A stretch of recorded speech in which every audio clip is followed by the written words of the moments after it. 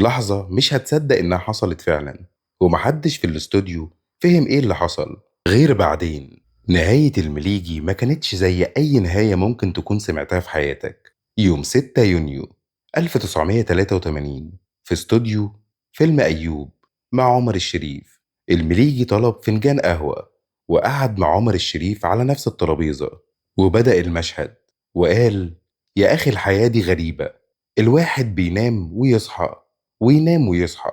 ووطى راسه شوية على الكرسي. الفريق كله اندهش من إبداعه في التمثيل. عمر الشريف بنفسه ابتسم وقال له: خلاص يا محمود، اصحى المشهد خلص. لكن محمود المليجي ما ردش وقتها، لأنه كان فعلا رحل وسط ضحكات الفريق اللي كانوا فاكرينه لسه بيمثل. هو كان بيودع الدنيا. المخرج هاني لاشين ما قدرش يقول لعلوية، فقالوا إن هو أغمى عليه إغماء بسيط، واتصلوا بالدكتور عشان يخفف عليها الخبر. ولكن في النهاية كان رحل. رحم الله محمود المليجي.